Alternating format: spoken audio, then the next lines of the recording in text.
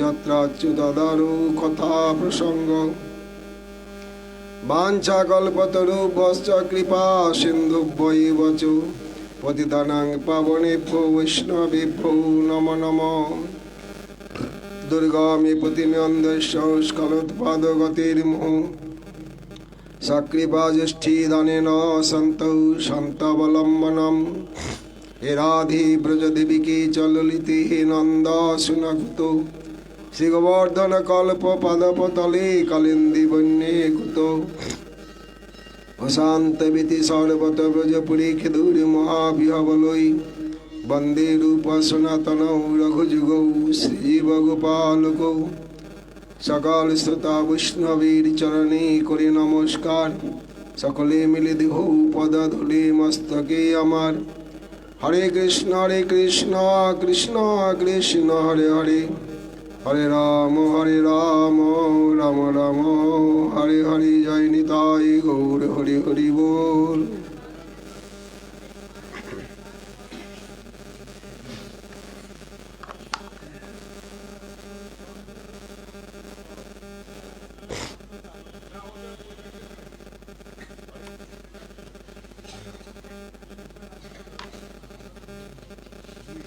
আপনারা আজ সীমন্ত দ্বীপ দর্শন করে সুবর্ণ বিহারে অবস্থান করছেন। সেই সীমন্ত দ্বীপের কিছু মহিমা কীর্তন করা হচ্ছে।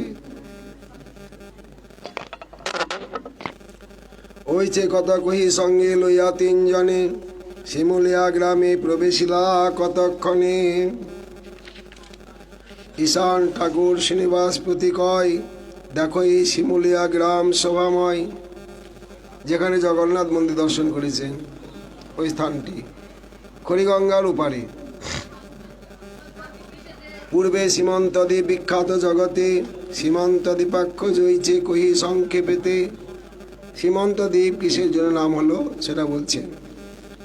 একদিন কৈলাস পর্বতে মহেশ্বর ভক্ত নামামৃত পানে ও অধরি জয়ন্তর সর্বাবতারে সর্বভক্ত নদিয়ায় সেই সব নাম ব্যক্ত করে উচ্চরায়। কৈলাস একদিন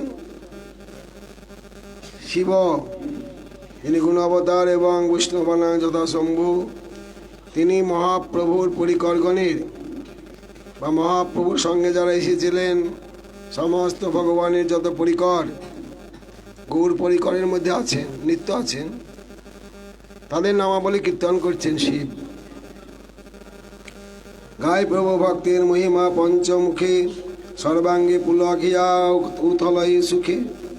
পরম অদ্ভুত নৃত্য করে দিগম্বর, পদভরি কম্পয়ী কৈলাস গিরিবর। বাই নিজ যন্ত্রধ্বনি ভেদয়ে গগন, মহামত্ত হইয়া করে হুঙ্কার ও গর্জন। প্রভু শঙ্করের চেষ্টা দেখিয়া পার্বতী হইলা বিহবল, কিছু নাহি বুদ্ধি গতি। নৃত্যাবেশে স্থির হইলা দেবতী লোচন, ঝরই আনন্দ অশ্রু নহি নিবারণ। রজত পর্বত প্রায় বসি চর্মাসনে, প্রশংসয়ে কলির সৌভাগ্য শ্রীবদনে।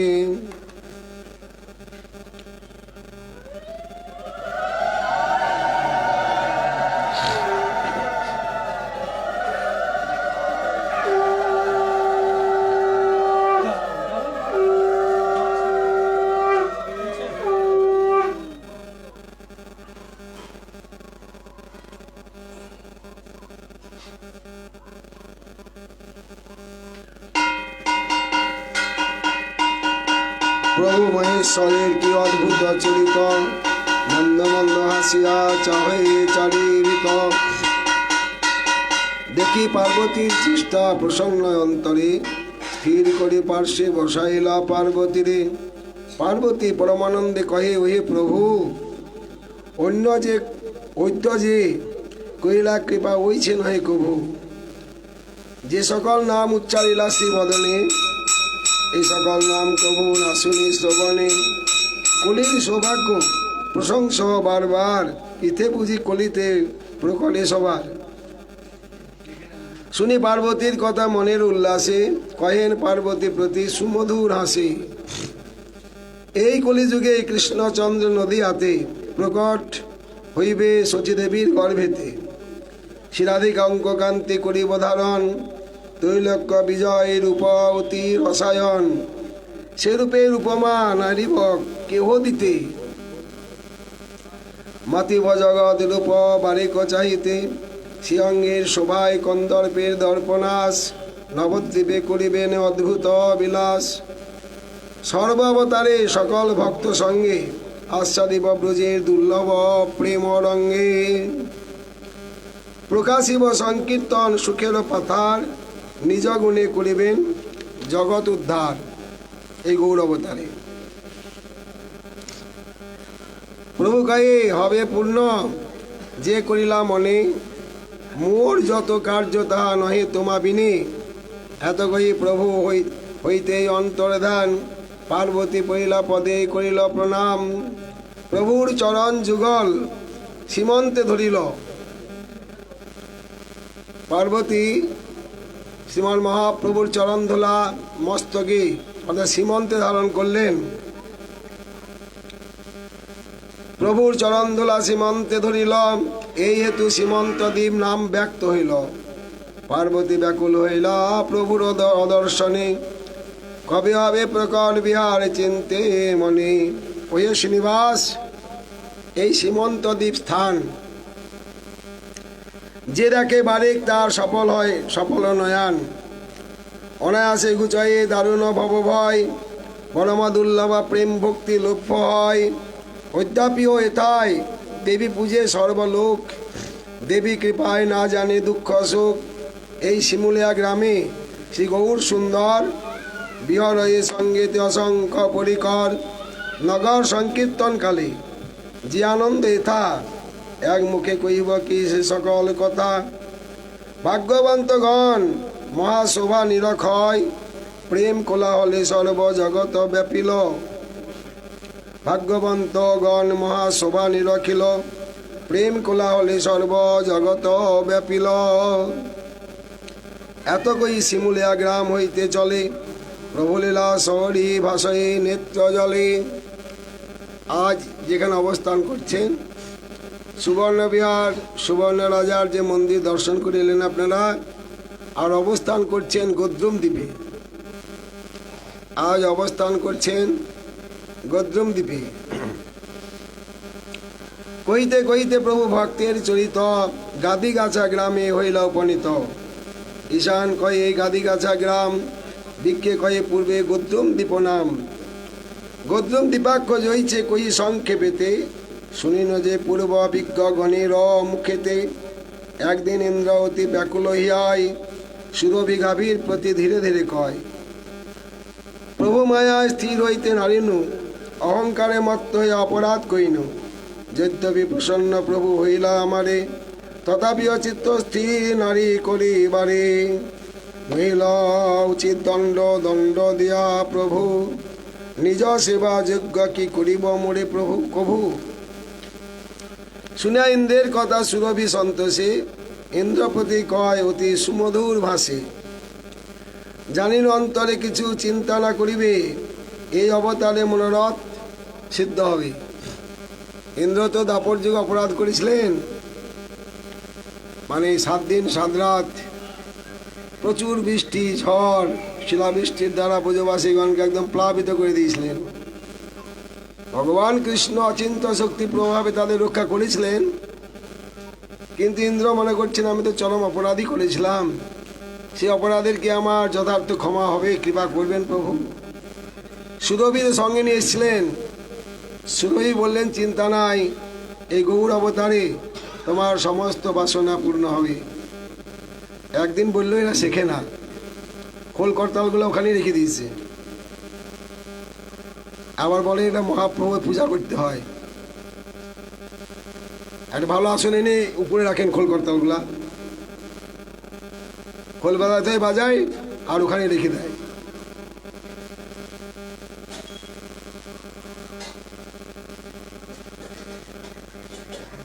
একটা আসন নিয়ে এসে উপরে রাখেন। একদিন বললে মানুষ শেখে, দৈনিক বললেও শেখে না।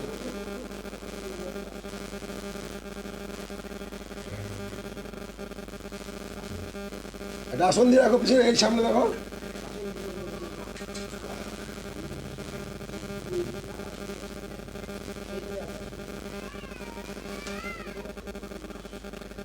এই অবতারে মনোরথ সিদ্ধ হবে। অবতীর্ণ হইতে অল্প দিবস আছয়, এই কলিযুগেতে সৌভাগ্য অতিশয়।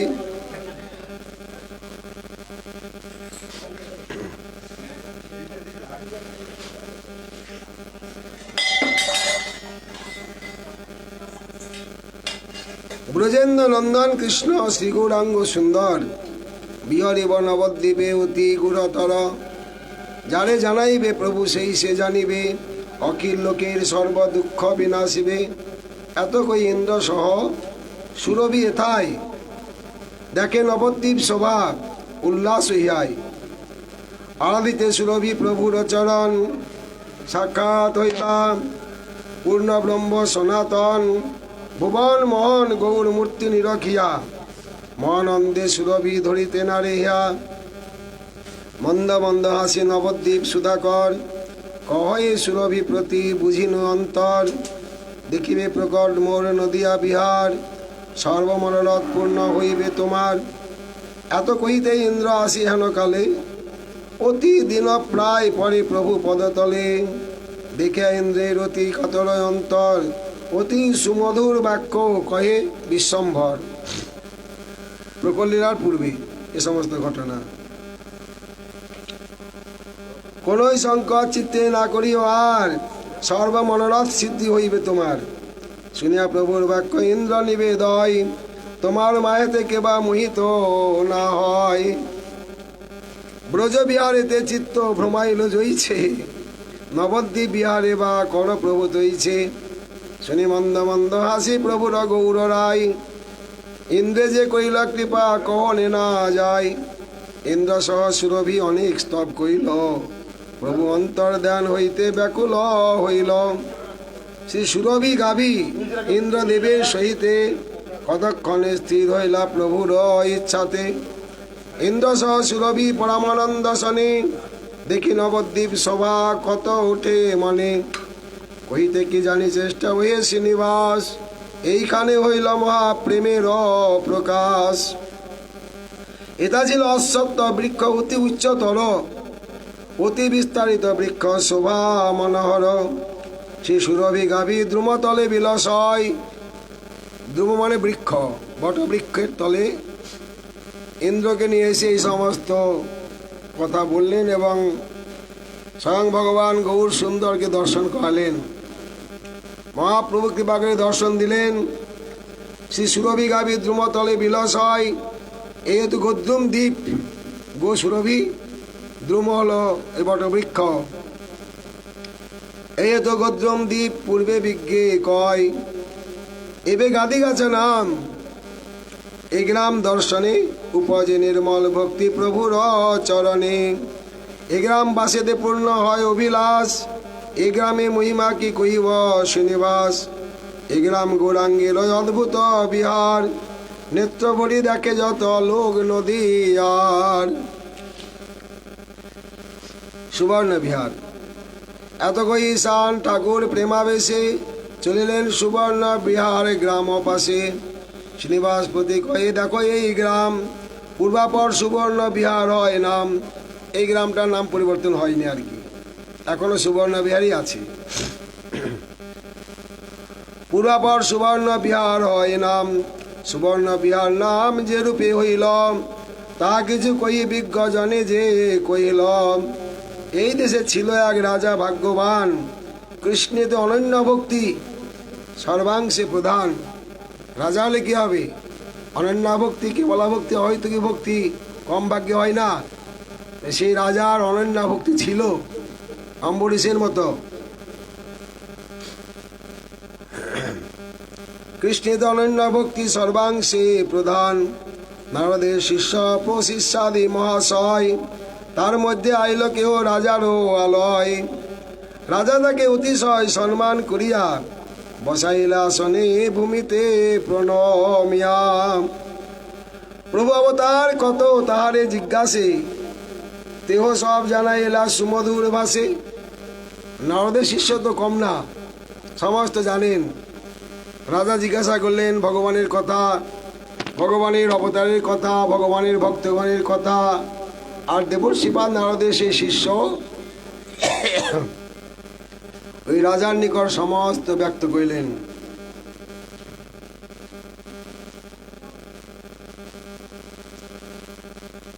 প্রভু অবতার কত তাহারে জিজ্ঞাসে, তেও সব জানাইলা সুমধুর ভাষী। রাজারে প্রসন্ন হইয়া সেই মহাশয় পুনঃ রাজার প্রতি সুমধুর বাক্যে কয়, কলিতে হইয়া পীতবর্ণ অবতার নবদ্বীপে করিবেন অদ্ভুত বিহার। ব্রহ্মাদির পরম দুর্লভ সংকীর্তন, সংকীর্তনে মত্ত হইয়া মাতাবে ভুবন। তখনও মহাপ্রভু অবতীর্ণ হননি, অবতীর্ণ হবেন সেই সংবাদটা দিলেন। আর সেই সংবাদটা দিয়ে সেই জাতীয় কৃপা করলেন। ব্রহ্মাদির পরম দুর্লভ সংকীর্তন, সংকীর্তনে মত্ত হইয়া মাতাবে ভুবন। নিজে আস্বাদন করবেন আর জগৎকে আস্বাদন করাবেন। জয়ছে মহারাসে নৃত্য কৈলা বৃন্দাবনে, তৈছে নৃত্য সুখ দিব প্রিয় ভক্ত গণে। নবদ্বীপে হইবে সুখের অবধি, এটা কোনো ধামে হয়নি। এ হইছে গ্রাম বসাইল বিধি। নবদ্বীপ ধাম তপ্ত অন্য অগোচর, জানিবে সে জানাইলা প্রভু পরিকর। মহাপ্রভুর ভক্তগণের কৃপা হলে এই নবদ্বীপ ধামের মহিমা কিছু জানা যায়। ওইছে কথা কইছে বৈষ্ণব মহাশয়, করিয়া রাজারে কৃপা করিলা বিজয়। এসব শুনিয়া রাজা বিচারয়ে মনে, ধিকে মনুষ্য জন্ম ধিকে জীবনে। রাজা হলে কি হবে, আমার জন্মটা ধিক। রাজ বিষয়তে মত্ত হইন অনিবার, না হইল সাধু সঙ্গ দুর্দৈব আমার। বিনা সাধু সঙ্গ কোনো কার্য সিদ্ধি নয়। এতদিনে কৃপা কইলা সাধু কৃপাময়। সাধুর কৃপা ছাড়া কিছুই হয় না। মহৎ কৃপা বিনা কোনো কর্মে ভক্তি নয়। কৃষ্ণ ভক্তি দূরে রহু, সংসার নয় ক্ষয়। অতএব মহতে কৃপা না হওয়া পর্যন্ত কৃষ্ণ ভক্তি দূরে রহু, সংসারে নয় ক্ষয়। এতদিন আমার সেই সাধু সঙ্গ হলো সাক্ষাৎ দেবর্ষিপাদ নারদের শিষ্যেরা। এবেসে জানিন প্রভু ধামে নদিয়া, এত বিচারিয়া বিচারিতে প্রেমে উথল ইয়া। নবদ্বীপ পানে চাহি ভয়ে অশ্রুধার। নবদ্বীপে ছিলেন, কিন্তু এতদিন পর্যন্ত নবদ্বীপের মহিমা জানতে পারেননি। আজ সাধু সঙ্গের প্রভাবে রাজা এই নবদ্বীপের মহিমা জ্ঞাত হলেন। সাধুর কৃপাতে মার্জিত হয় ভজন। সাধু সঙ্গে অনুক্ষণ অবিদ্যা অজ্ঞান পরাজয়। অবিদ্যা অজ্ঞান কিছু ছিল, সেটা সম্যক প্রকারে বিধৌত হয়ে গেল। নবদ্বীপের অনুভব করলেন, নবদ্বীপ তত্ত্বের অনুভব করলেন। নবদ্বীপে পানে চাই ভয় সুধার, নবদ্বীপে নবদ্বীপ ভূমি প্রণময়ে বারবার। নবদ্বীপ ধামে রাজা প্রার্থনা করায়, এই কর সে সময়ে যেন জন্ম হয়। সাক্ষাৎ প্রভু যখন অবতীর্ণ হবেন, সেই সময় যেন আমার নবদ্বীপ ধামে জন্ম হয়। এই বাক্যে আকাশবাণী হইল রাজায়, অবতীর্ণ কালে জন্ম হবে নদিয়ায়। সঙ্গে সঙ্গে আকাশবাণী হয়ে গেল, বলে হ্যাঁ চিন্তা নাই, তুমি তখন জন্মগ্রহণ করবি। মহাপ্রভু জানিয়ে দিলেন আকাশবাণীতে। যদ্যপি রাজার হর্ষ এই কথা শ্রবণে, তথাপি না ধরে ধৈর্য কতে কত উঠে মনে। ভকত বৎসল প্রভু বিশ্বম্বর রায়, স্বপ্ন চলে নীলাশ্চর্য দেখালো রাজায়। চতুর্দিকে সহস্র সহস্র ভক্তগণ। কে? মহাপ্রভু। মহাপ্রভুর সঙ্গে শত সহস্র হাজার হাজার ভক্ত সব নাম সংকীর্তন করছেন। বাইনানা বাদ্য বাদ্যে গানে মহে ভুবন, সেসবার মধ্যে নাজে নদী আর শশী, শ্যামল সুন্দর রূপ যেন সুধা রাশি। দেখি কৃষ্ণচন্দ্রে রাজা জুড়ায় নয়ন, সেই ক্ষণে দেখে তারে সুবর্ণ বরণ। মহাপ্রভুর যে বর্ণ অকৃষ্ণ, অর্থাৎ সুবর্ণ তপ্ত হিমকান্তি বর্ণ মহাপ্রভুকে দর্শন করলেন, সুবর্ণ বর্ণ। হইয়া অধৈর্য রাজা বিচারই মনে, সুবর্ণ বিগ্রহকে বিহরে সংকীর্তনে। হইছে বিচারিতে নিদ্রা ভাঙিল রাজার, স্থির হইয়া প্রশংসায় সৌভাগ্য আপনার। সুবর্ণ বিগ্রহের বিহার হইল ধ্যান, এই তো সুবর্ণ বিহার নাম এই স্থান। এই জন্যই সুবর্ণ বিহার এই স্থানের নাম। মহাপ্রভুকে ওই রাজার কোনো নাম উল্লেখ করেননি এখানে। ওই রাজা দর্শন করেছিলেন মহাপ্রভুর প্রকট লীলার পূর্বেই, এই জন্যই এই স্থানের নাম সুবর্ণ বিহার। ওই শ্রীনিবাস আর কহিতে কহিয়ে তোমারে, প্রভুর অদ্ভুত রঙ্গ প্রকট বিহারে। এখানে ভক্ত গোষ্ঠী সহ গৌর হরি, করয়ে নর্তন লোক দেখে নেত্র ভরি। এটা প্রকটের আগে, প্রকট লীলা তো মহাপ্রভু এই স্থানে নাম সংকীর্তন করেছিলেন, নৃত্য বিহার আদি করেছিলেন। হইয়া বিহবল পরস্পর লোকে কয়, সুবর্ণ বিগ্রহ কি কীর্তনে বিহরয়। কেউ কয় এমন সুবর্ণ বর্ণ নাই, না দেখি জগতে কবু উপমার ঠাই। কি অদ্ভুত বিহার ময়ে ত্রিভুবন, এত কই স্থির হইতে নারে কোন জন। ওইছে প্রশস্ত নাম সুবর্ণ বিহার, সংক্ষেপে কহিন নারী করিতে বিস্তার। সুবর্ণ বিহার গ্রাম যে করে দর্শন, শ্রী গৌরাঙ্গ বিহারে ডুবাইয়ে তার মন। মহাপ্রভুর যে লীলা, সে লীলায় তার মন নিমগ্ন হবে। এই সুবর্ণ বিহার গ্রাম যিনি দর্শন করবেন এবং রাত্রিবাস করবেন। আগামীকাল আপনারা মধ্যদ্বীপ দর্শন করে বা মধ্যদ্বীপে আগামীকাল অবস্থান করবেন। আমরা কাল যেখানে অবস্থান করব সেখানে গিয়ে মধ্যদ্বীপের কথা বর্ণন করব।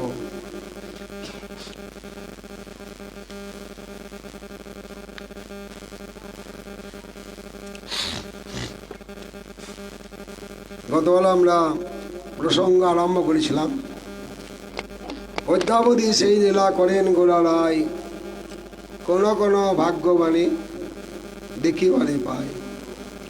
সেই ভাগ্যবানের লক্ষণ গতকাল আমরা বর্ণনা করেছিলাম। তা আমরাও যদি ভাগ্যবান হতে চাই, আমাদের কি করা কর্তব্য? ভাগ্যবান হতে হবে। ভাগ্যবান না হলে দর্শন পাওয়া যাবে না। ভজন করছি, দর্শন পাওয়া যাবে না। ভাগ্যবান হতে হবে, অর্থাৎ প্রেমাঞ্জন ছুরিত ভক্তি বিলোচনে ন সন্ত সদৈব হৃদয় বিলকয়ন্তী জং শ্যাম সুন্দরং অচিন্ত স্বরূপম গোবিন্দমাদি পুরুষং তমং ভজামি। প্রেম নেত্রের দরকার। চক্ষু আমাদের এখন মাংস চক্ষু, জন প্রাকৃত চক্ষু, অপ্রাকৃত চক্ষু অর্থাৎ প্রেমময় চক্ষু। ভজন করতে করতে যখন বিশুদ্ধ সত্যে হৃদয় পরিণত হবে, চিত্ত সম্যক প্রকারে মার্জিত হবে, তখনই প্রেম ভক্তির উদয় হয়। আর প্রেম ভক্তির উদয় হলেই তাকে বিশুদ্ধ সত্য বলা হয়। আর সেই বিশুদ্ধ সত্যে ভগবানের প্রকট হয়। সেই যোগ্যতা অর্জন করতে গেলে কি করতে হবে? গতকাল আমরা প্রবেশ করছিলাম, ভক্তি মন্দিরে প্রবেশের দরজায় হলো দীক্ষা, গুরুপদাশ্রয় দীক্ষা, গুরুর সেবন, সদ্ধর্ম শিক্ষা, পৃচ্ছা, সাধু মার্গ অনুগমন। গতকাল আমরা আস্বাদন করছিলাম মাঠোর শ্রুতির কথা। উত্তিষ্ঠত জাগ্রত প্রাপ্য বলার নিবধত কুরুষ্য ধারা নিশিতয়া দুর্গম পদস্তদ কবয় বদন্তি। হে জীব, ওঠো, জাগো, আর মায়ার অন্ধকারে ঘুমিয়ে থেকো না। তোমরা সেই অমৃতের সন্তান, ভগবানের সন্তান, ভগবানের পুত্র, পিতৃ সম্পদের তোমরা উত্তরাধিকারী। সেই পিতৃ সম্পদ গ্রহণ করো। গ্রহণ করতে গেলে কি করতে হবে? রাস্তা তো বড় কঠিন। প্রাপ্য বরান নিবধত, বরান মানে শ্রেষ্ঠ, শ্রেষ্ঠ আচার্যের চরণে স্বর্ণাপন্ন হয়ে সেই প্রাপ্তির মার্গ, কিভাবে পিতৃ সম্পত্তি লাভ করতে পারবে সেই সম্বন্ধে বিজ্ঞ আচার্যের চরণ থেকে জেনে নাও। বিজ্ঞ আচার্যের চরণ থেকে জেনে নাও যে সেই পিতৃ সম্পত্তির অধিকার কিভাবে লাভ করা যায়। এই জন্যই আমাদের সদ্গুরুর চরণ আশ্রয় করা দরকার। দীক্ষা নিতেই হবে। দীক্ষা না নিলে ভগবত প্রেম ভক্তি লাভ করা যায় না। আমাদের হরিভক্তি বিলাসী শিব পার্বতীকে বলছেন, পার্বতী অদীক্ষিত শুভামরু কৃতং সর্বাম নিরর্থকম পশুজনিম অবাপ্নতি দীক্ষা বিরহিত জন। যারা এখনো দীক্ষা গ্রহণ করেননি, যা করছেন সব ব্যর্থ, কিছু পাওয়া যাবে না। দীক্ষা হয়নি তো ভগবানের পূজার অধিকার নাই, কোনো সৎকর্মের অধিকার নাই, পিতৃ শ্রাদ্ধাদি তর্পণাদির ক্রিয়া তাদের অধিকার নাই। যদি এই জন্মে মনুষ্য জন্ম, গতকাল বলেছিলাম, অত্যন্ত সুদুর্লভ জন্ম, এই জন্মে যদি আপনার হরিভজন করার ইচ্ছা না জাগে, যদি গুরুকরণ না করেন, পশুজনী অভাবনতি, পশুজনী লাভ করবেন পরজন্মে। আর এই জন্মেই পশু। তেনলা পশবলকে কিংতে সাং জন্মে ফলম জৈন লব্ধ হরের দীক্ষা নার্চিত ভজনার্দন। যারা এখনো পর্যন্ত দীক্ষা নেননি, ভগবানের ভজন করেন না, পূজা করেন না, তারা এখনই পশু। সেই পশু বড় দুরাচার। সদাচার পশু না, দুরাচার পশু। দীক্ষা নেননি, দুর্লভ মনুষ্য জন্ম লাভ করে দীক্ষা নেননি, এবং পরজন্মে সেই পশুগুলি আপনার জন্ম হবে। যেটুকু জ্ঞান বুদ্ধি বিবেক পেয়েছেন সেটা থাকবে না। গতকাল আমরা এসেছিলাম, তস্মাৎ গুরুং প্রপদ্যেত জিজ্ঞাসু শ্রেয়োত্তমম শাব্দে পারে চ নিষ্ণাতং ব্রহ্মণোপাসমাশ্রয়ম। যারা সংসার দুঃখে জর্জরিত, সংসার দুঃখে কাতর তিতাব জ্বালা ভোগ করছেন,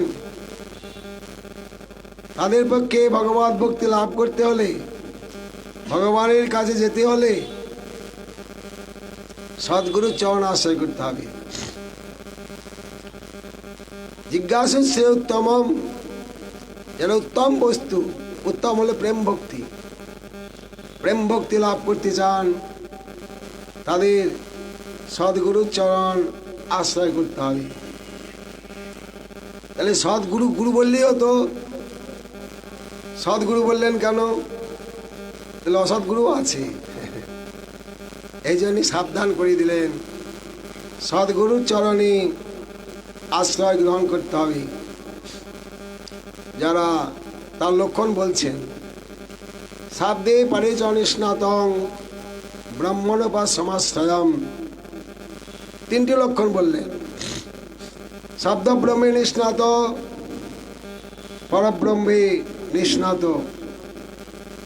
শব্দ ব্রহ্ম শাস্ত্র জ্ঞান, ভক্তি মার্গের যত শাস্ত্র আছে সমস্ত শাস্ত্র জ্ঞান অর্জন করেছেন। কীভাবে ভজন করতে হবে, ভজন জগতের অনুকূল প্রতিকূল সমস্ত জ্ঞাত নিষ্ণাত। ভয়বং ভজনানন্দী পারে চ নিষ্ণাতম, ভগবত অনুভূতি লাভ করেছেন। আর ব্রহ্মণোপাসমাশ্রয়ম, নিষ্কিঞ্চন বিষয় অভিমান শূন্য নিষ্কিঞ্চন, এই তিনটি লক্ষণ কমসে কম দরকার। একটু আদা কুচি দেবেন তো, আদার একটু লবণ সমান।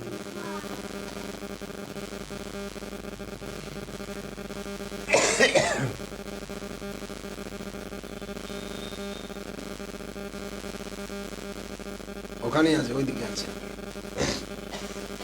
শাব্দে পারিজন স্নাতং ব্রহ্মণবা সমাশ্রয়ম, শাস্ত্রজ্ঞান থাকার দরকার। শাস্ত্রজ্ঞান না থাকলে শিষ্যের সমস্ত প্রশ্নের উত্তর দিতে পারবেন না এবং আচরণ করতে পারবেন না। কত সময় না,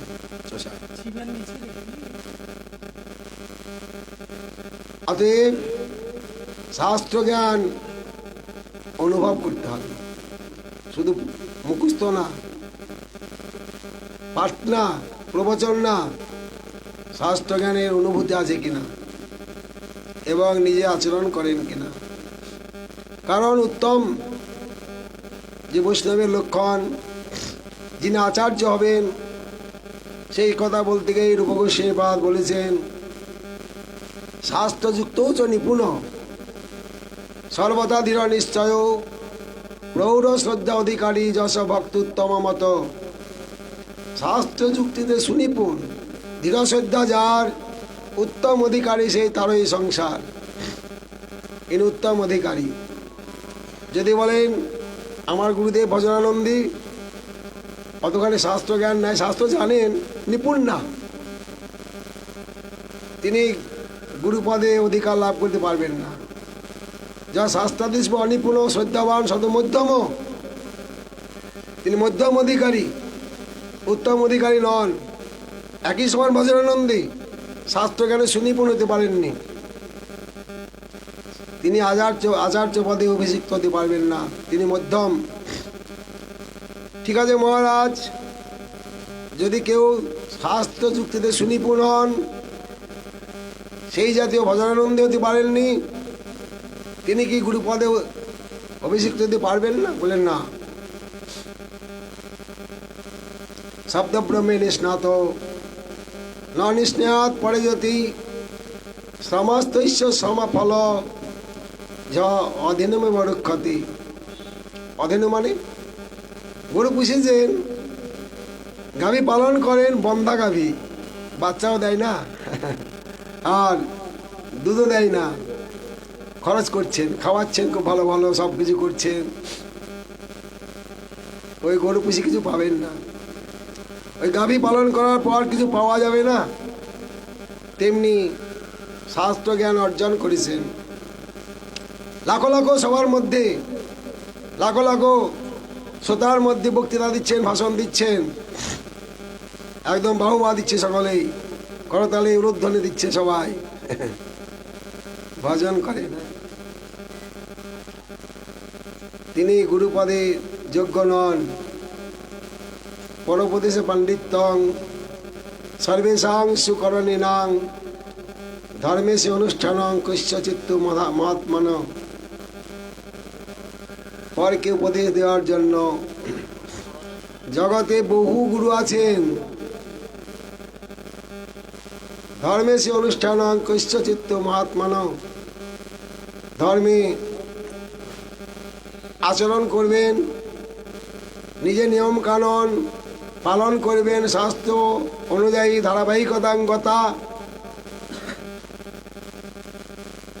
নিজে আচরি ধর্ম জীবের শিখায়, নিজে আচরণ না করিলে শিখানো না যায়। এই তো সিদ্ধান্ত গীতা ভাগবতে গায়। গীতাতেও বলেছেন, ভাগবতে বলেছেন একই শ্লোক, যদ যদাচরতে সে আনিতরস্তত্ত্বাদিহতে সযৎ প্রমাণং কুরুতে লোকস তদনুবর্ততে। এটা ভাগবতের শ্লোক। শ্রেষ্ঠ ব্যক্তিগণ যা আচরণ করিবেন, কনিষ্ঠ ব্যক্তিগণ সেই শ্রেষ্ঠ ব্যক্তিগণের অনুসরণ করবেন। এটাই জগতের নিয়ম। কোনো গ্রামে একটা উৎসব হচ্ছে, পাড়ার ব্রাহ্মণ বৈষ্ণব শিক্ষিত ব্যক্তি, এমনকি গ্রাম প্রান্তে যারা চণ্ডাল মেথর আছেন তাদেরকে নিমন্ত্রণ করেছেন।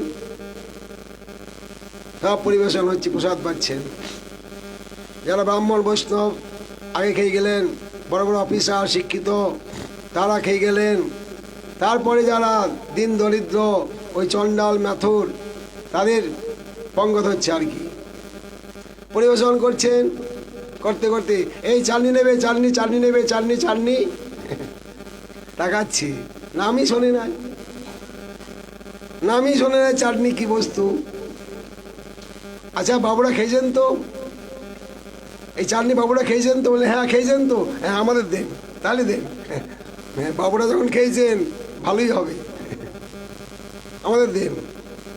এই বিশ্বাস। শ্রেষ্ঠ ব্যক্তি যা আচরণ করবেন, কনিষ্ঠ ব্যক্তিগণ তার অনুগমন করবেন। যদি আচরণ না করেন বললেও কাজ হবে না, বললেও কাজ হবে না। নিজে আচরণ না করিলে শিখানো না যায়, কেউ সেই বিদ্যা অর্জন করতে পারবেন না। অতএব নিজে আচরণ করতে হবে। একজন পণ্ডিত, গৃহ পণ্ডিত আর কি গোস্বামী, এরকম সবাই নিত্য পাঠ করেন, তার স্ত্রীও পাঠ শুনতে আসেন। সেদিন প্রসঙ্গ চলছিল হরিভক্তি বিলাস, অভক্ষ প্রকরণ। তা পণ্ডিতজি বললেন যে বেগুন ভক্ষণ করলে, বেগুন যদি ভগবানকে ভোগ লাগানো যায় তার হরিভক্তি নাশ হয়, আর ভগবান বহুদূর অবস্থান করেন। তার স্ত্রী তো শ্রবণ করেছেন। শীতকাল, পণ্ডিতজি বাড়ি এসছেন, এসে চেয়ারে বসেছেন, তেল মাখিয়ে একটু মুড়ি দিয়েছেন আর কি। পাঠা থেকে এসছেন, কি গো শীতকাল তো একটু বেগুন পোড়ানো হয়নি? বলছি কেন, তুমি তো সেদিন পাঠে বললে যে বেগুন ভক্ষণ করলে হরিভক্তি নাশ হয়, ভগবান বহু দূরে গমন করেন, সেই বেগুন ভগবানকে ভোগ লাগাতে নাই, আর তুমি আজ চাচ্ছ? আরে পাগলি, ওটা পাঠের বেগুন, ওটা শুনে পাঠের মধ্যে রেখে আসতে হয়, ওখানে রেখে আসতে হয় পাঠের বেগুন, আর আমি খাবো গাছের বেগুন, ওটা দোষ নাই। আমি তো গাছের বেগুন, আর ওটা গ্রন্থের বেগুন, পাঠের বেগুন, এটা দোষ হবে না। এরকম পণ্ডিতের মুখে হরিকথা শুনলে কোনো কাজ হবে না। নিজে আচরণে ধর্মজীবের শিখায়, নিজে আচরণ না করলে শিখানো না যায়, এই তো সিদ্ধান্ত গীতা ভাগবতে গায়। অতএব নিজে আচরণ করতে হবে। শব্দ ব্রহ্মে এবং পরব্রহ্মে নিষ্ণাত হতে হবে, নিপুণ হতে হবে। গতকাল যদি বলেছিলাম সতত্ত্বে পরতত্ত্বে সাধ্য সাধন তত্ত্বে নিষ্ণাত হতে হবে, নিপুণ। লাখো লাখো লোক একদিকে হইলেও তাকে ঠোলাতে পারবে না সিদ্ধান্তে। একে বলা হয় শাস্ত্রযুক্ত উচ্চ সুনিপুণ। শুধু নিপুণ না, সুনিপুণ।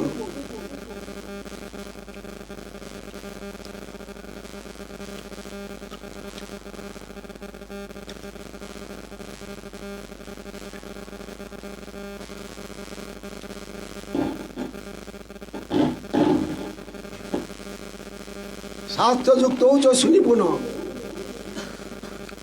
একেবারে দৃঢ়তা, ইনি আচার্য। অতএব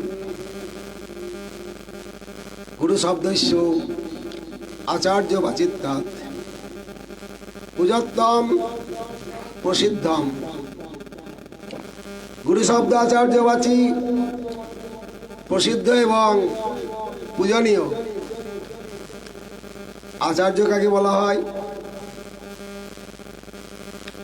বেদান্ত ভাষ্যে গোবিন্দ ভাষ্যে একই কথা বললেন, আচিনতি য শাস্ত্রম আচরেত স্থাপত্যপি স আচার্য নিগদ্যতি। বেদান্ত দর্শনের কথা। আচিনতি চিং ধাতু চয়নে আসম্যক প্রকারে, আচিনতি ইনি সম্যক প্রকারে সমস্ত শাস্ত্রের সার সিদ্ধান্ত চয়ন করেছেন, অনুভব করেছেন। আচরণেত নিজে আচরণ করছেন, অন্যকে শিক্ষা দিচ্ছেন, প্রচার করছেন জগতে, তিনি আচার্য। গোবিন্দ ভাষ্যে বলদেব বিদ্যাভূষণের একই কথা বললেন, শাস্ত্রোত্তম ধর্মমুচার্য সদাম আচরণে সদা অন্যেভ্য শিক্ষায় জস্তু আচার্য নিগদ্যতে। সমস্ত শাস্ত্রের সার বস্তু সংগ্রহ করেছেন,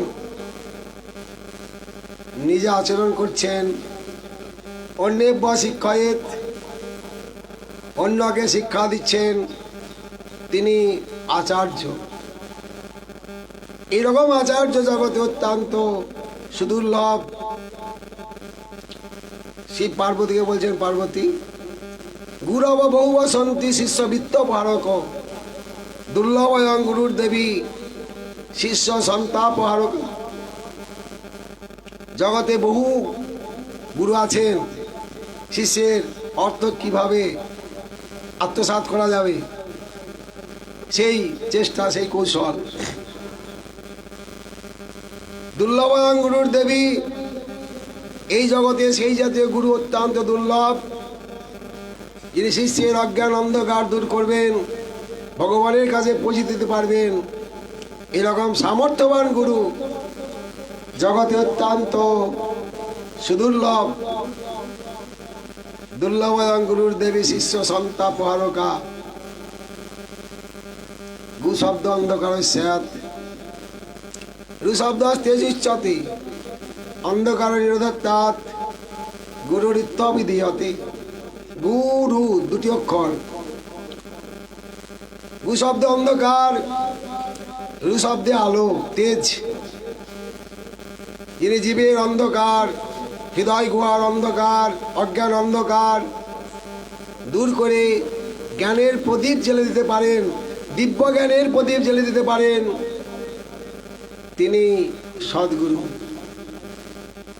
জ্ঞানের প্রদীপ মনে জ্বলেনি যাহার, কখনো ঘুচে না তার ভ্রম অন্ধকার।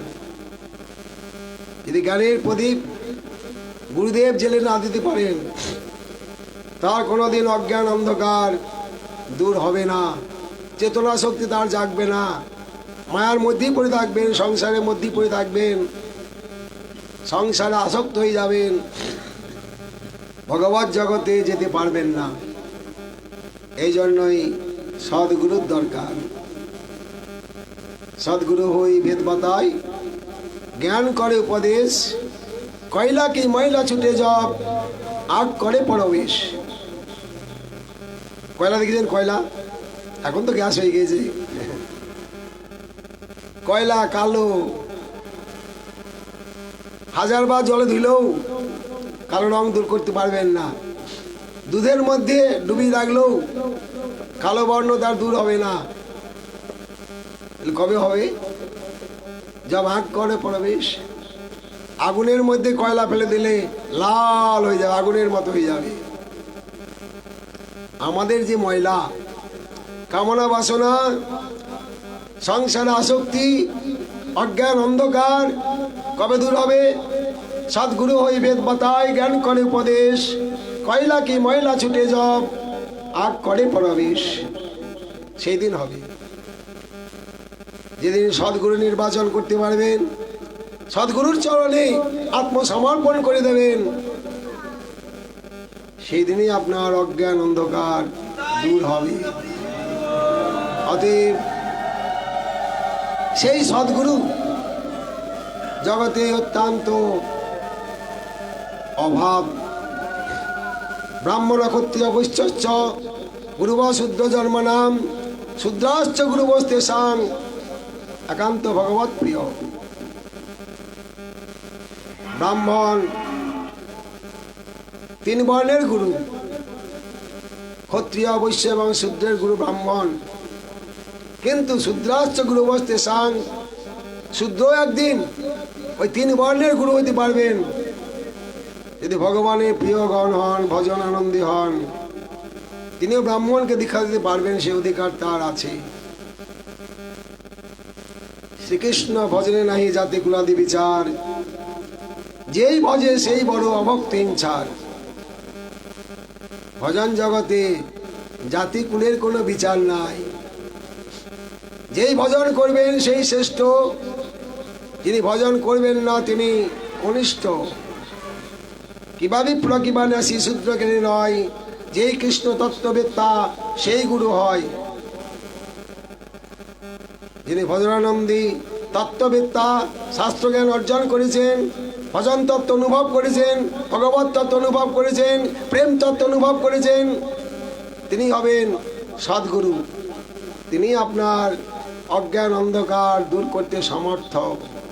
অতএব জাতিকুল নিরর্থক যারা এবার তরে হরিদাস জন্ম নিলেন যবনের ঘরে, চৈতন্য ভাগবতের কথা। জাতিকুল নিরর্থক, জাতিকুলের কোনো প্রয়োজন নাই। আমি অভিমান করছি আমি গোস্বামী সন্তান, প্রভু বংশের সন্তান। আরে ভগবানের সন্তান, নরক নরক নরকাসুর হয়ে গেল। ভগবানের সাক্ষাৎ সন্তান, বংশ পরম্পরায় না। নরক যখন বৈষ্ণব দেশী হয়ে গেলেন, নিজের পুত্রকে ভগবান নিজে একদম সুদর্শন চক্র দিয়ে কেটে দিলেন। বংশের কোনো গৌরব নাই। যে কোনো বংশে আপনি জন্মগ্রহণ করুন না কেন, যদি ভগবানের কৃপাপাত্র হন, ভগবানের কৃপা অধিকার লাভ করেন, আপনি আচার্য, আপনি গুরুপদে অধিষ্ঠিত হতে পারবেন। অবৈষ্ণব প্রতিষ্ঠিত মন্ত্রেণ নিরং ব্রজেত পুনশ্চ সম্যক বিধি নাগারয়েৎ বৈষ্ণবাদ গুরু। যারা বৈষ্ণবের নিকট থেকে মন্ত্র গ্রহণ করেছেন, সেদিনই আমাকে বলছিলেন এই বেতনহরির এক ভক্ত, হ্যাঁ আমরা দীক্ষা নিয়েছিলাম বাবা। হ্যাঁ, বাড়ি এলেই গুরুদেব বলতেন একটা আজ ইলিশ মাছ নিয়েছো, আজ ভালো করে ভগবানের ভোগ লাগানো হবে। হ্যাঁ, গোসাই বলছেন তো। শিষ্য চলে গেলেন বাজারে, ইলিশ মাছ নিয়ে এলেন, রন্ধন করে ভগবানকে নিবেদন করছেন। আর গুরুদেব, হ্যাঁ জয় নিতাই। এরা অবৈষ্ণব, এরা অবৈষ্ণব। এদের উপদিষ্ট মন্ত্রে আপনি ভগবানকে লাভ করতে পারবেন না। নিরং ব্রজেত, নরকগামী হবে, নরকে চলে যাবে। এমন গুরু প্রেমের শিষ্য নিজেও ভজন করে না, আর শিষ্যকেও ভজন করায় না। এদের গতি নরকে হয়। একটা গ্রামে একটা পুকুর খনন করা হচ্ছে, আর কি বড় পুকুর, 14 হাত গর্ত হয়ে গেছে। 14 হাত তলায় একটা বিরাট বড় হলুদ রঙের ব্যাঙ, আর ব্যাঙের গায়ে অসংখ্য পোকা। আশ্চর্য হয়ে গেলেন সবাই, ব্যাপারটা কি? কি ব্যাপার? 14 হাত তলায় ব্যাঙ কি করে এলো? আর এত বড় ব্যাঙ, বড় ঝুড়ি ভর্তি হয়ে যাচ্ছে, আর এই ব্যাঙের গায়ে এত পোকা। সেই গ্রামের জঙ্গলে একটি সাধু ছিলেন, সিদ্ধ মহাত্মা। বললেন ভাই, এর তত্ত্ব জানতে হবে, চলো ওই সিদ্ধ বাবার কাছে নিয়ে যাই, তিনি নিশ্চয় আমাদের বলে দেবেন এর কারণটা। বড় ঝুড়ির মধ্যে নিয়ে সেই সাধু বাবার কাছে গেলেন। বললেন সাধু বাবা, এই যে দেখুন ব্যাপারটা, আমরা একটা পুষ্করণী খনন করছিলাম, সেই পুষ্করণী 14 হাত তলায় এই ব্যাঙটা ছিল, আর এই ব্যাঙের গায়ে অসংখ্য পোকা। যদি কৃপা করে আপনি এর তত্ত্ব কিছু আমাদের বলতে পারেন, তাহলে আমরা কৃতার্থ হব। বলে বাবা এখন তো হবে না, 2-4 ঘন্টা ধ্যান করতে হবে, তোমরা রেখে যাও, রাত্রে আমি ধ্যান করে জানবো এর পুরো বৃত্তান্ত, কেন সে ব্যাঙ হলো, আর এই সঙ্গে আছে পোকাগুলাই বা কারা। রেখে গেলেন। রাত্রে ধ্যানে বসলেন সেই সাধু। ধ্যানে জানতে পারলেন ইনি পূর্বজন্মে গুরুগিরি করতেন, বহু শিষ্য করেছেন, নিজেও ভজন করেন না, আর শিষ্যদেরও ভজন করান না। লোভী গুরু আর কামী শিষ্য। অর্থের সঙ্গে সম্পর্ক, লেনদেনের সঙ্গে সম্পর্ক, আচার আচরণের, ভজনের সঙ্গে তাদের সম্পর্ক ছিল না। তাই এই জন্মে সেই গুরুদেব হয়েছেন ব্যাঙ, আর শিষ্য সঙ্গেই আছে। ওই ব্যাঙের গায়ে যত পোকা এরা সব তার শিষ্য। হ্যাঁ, সাবধান, মনে করেন না যে হাজার হাজার শিষ্য করলাম, মজা লুটলাম, বড় বড় দালান করলাম, এসি রুম, এসি গাড়ি, থাকা খাওয়ার খুব ব্যবস্থা, খুব নাম যশ প্রতিষ্ঠা, লাভ পূজা প্রতিষ্ঠা। সাবধান, এরকম হতে হবে। আমার এক শিষ্য সেদিন জিজ্ঞাসা করছিলেন, বাবা আমি শিষ্য করতে পারবো তো? আমি বললাম দেখো, শিষ্যের পাপ হজম করতে পারবা তো? যদি পারো তা করো। কারণ রাজ্ঞী অবাধ পর্যন্ত সং প্রতি পাপং সাবর্তরি তথা শিষ্যার্জিতং পাপং গুরু প্রাপ্নতি নিশ্চিতম। প্রজা পাপ করলে রাজাকে ভোগ করতে হয়, স্ত্রী পাপ করলে স্বামীকে ভোগ করতে হয়। তথা শিষ্যার্জিতং পাপং গুরু প্রাপ্নতি নিশ্চিতম। শিষ্য যত পাপ করবে গুরুদেবকে ভোগ করতে হবে। আমি নিজের জীবনে অনুভব করেছি।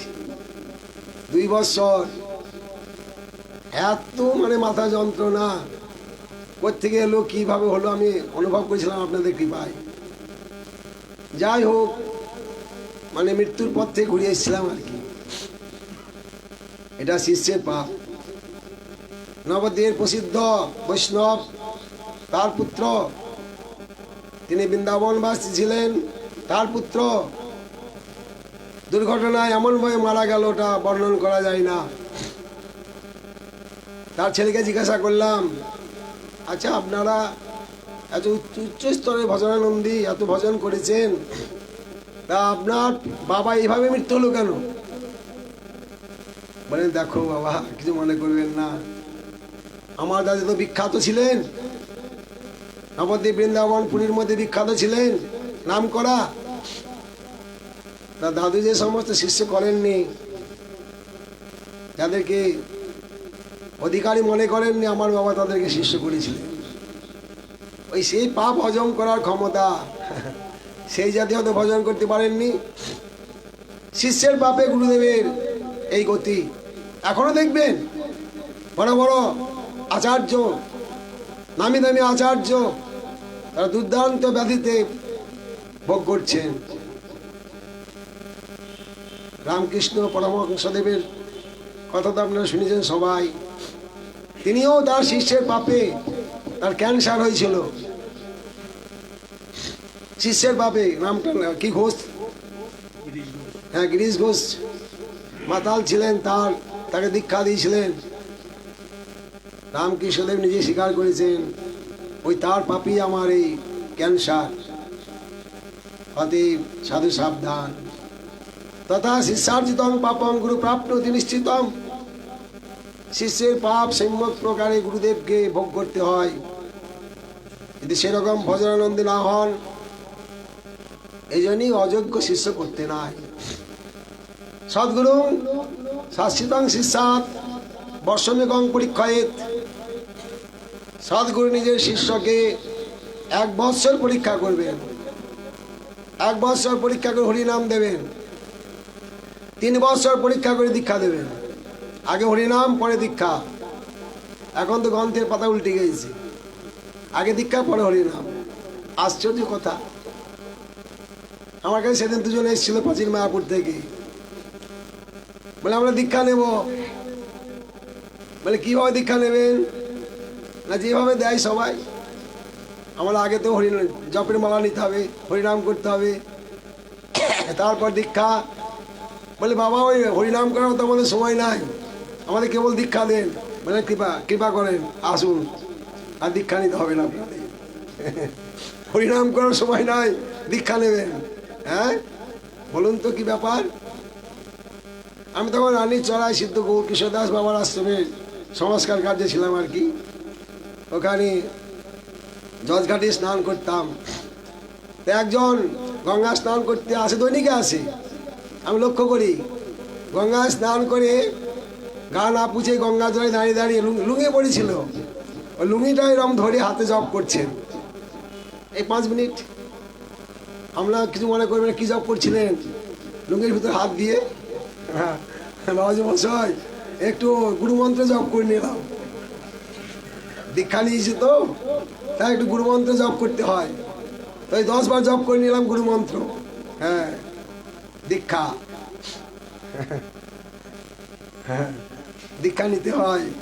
হ্যাঁ কুলুগুরু এসছেন, দীক্ষা না নিলে আমাদের বংশ পরম্পরায় আমাদের দুর্নাম হবে, অপবাদ হবে। যে এখনো পর্যন্ত দীক্ষা দেয়নি তারা তো জল খাচ্ছেন। হ্যাঁ কিন্তু দীক্ষা কাকে বলা হয়? দীক্ষা কাকে বলা হয়? দিব্যং জ্ঞানং যত দিগ্ধাত কুর্জাত পাপস্য সংক্ষয়ম তস্মাৎ দীক্ষিতা কথিত তেসিকই তত্ত্বকবিদই।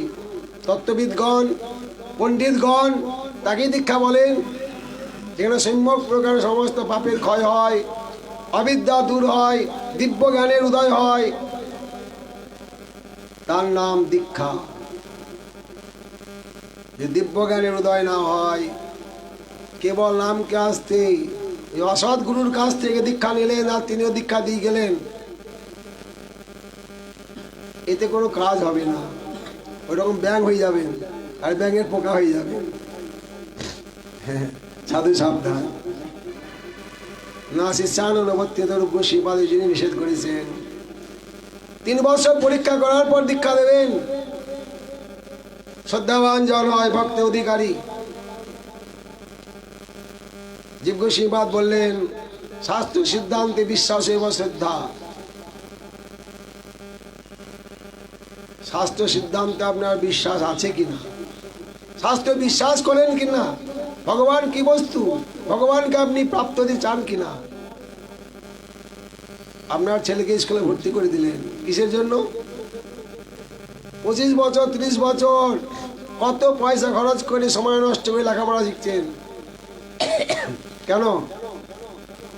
আমার ছেলে চাকরি পাবে, হ্যাঁ বস্তা বস্তা টাকা নিয়ে আসবে, বিল্ডিং হবে, গাড়ি হবে, কত জমি সম্পত্তি কিনবো, ব্যাংকে টাকা রাখবো, আর আমাদের সংসার অভাব থাকবে না, নাকি? এই জন্যই লেখাপড়া শিখছে, চাকরির জন্য, পয়সা উপার্জনের জন্য। কিন্তু পয়সা দিয়ে কি করবেন সেটা চিন্তা করছেন না।